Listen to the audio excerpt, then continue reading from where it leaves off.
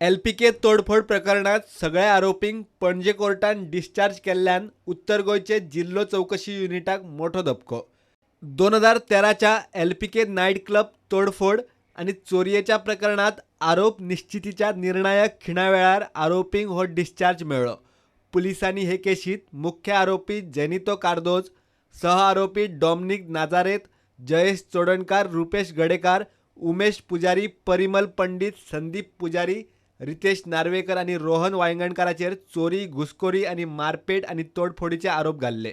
Our arguments before the court was that it was entirely a framed up case because they termed it as a dacoity when there was nothing was robbed except a small TV which they said was robbed, and in fact there was no identification by any person of any person.